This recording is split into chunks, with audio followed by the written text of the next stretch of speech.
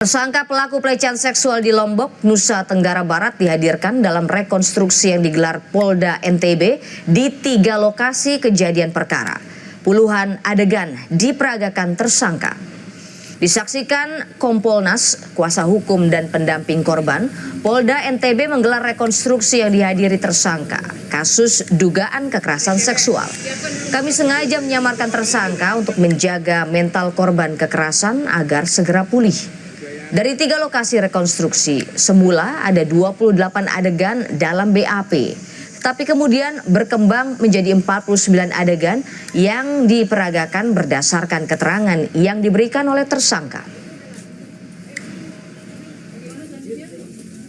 Hanya satu saja, PHP hanya satu.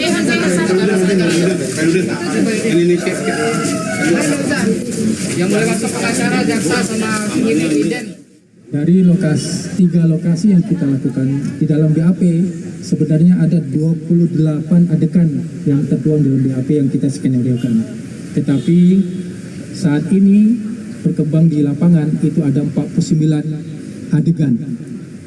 Hal ini disampaikan karena ada perkembangan perbuatan yang dilakukan oleh tersangka itu mengembang di lapangan. Kami laksanakan, kenapa? Karena kami mengakomodir keterangan-keterangan yang diberikan oleh tersangka dan perbuatan dilakukan di 3 TKP. Ini adalah hak dari tersangka, kami akan mengakomodir itu.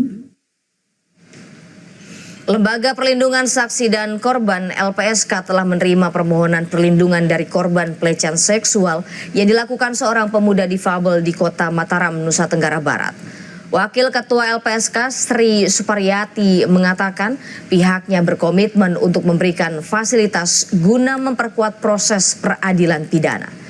Sri juga menyampaikan ada sejumlah kendala dalam proses penegakan hukum kasus asusila pemuda disabilitas karena keterangan korban yang belum jadi basis utama.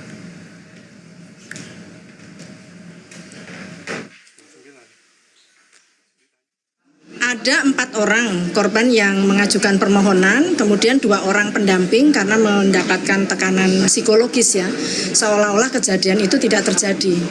Padahal korban menyatakan itu terjadi. Itu yang kita fasilitasi untuk memperkuat proses peradilan pidana, dan saya kira itu menjadi bagian kerja LPSK di dalam menguatkan proses peradilan pidana. Tugasnya LPSK memastikan bahwa keterangan yang diberikan oleh saksi korban adalah berdasarkan apa yang dia lihat, dia dengar, dan dia alami.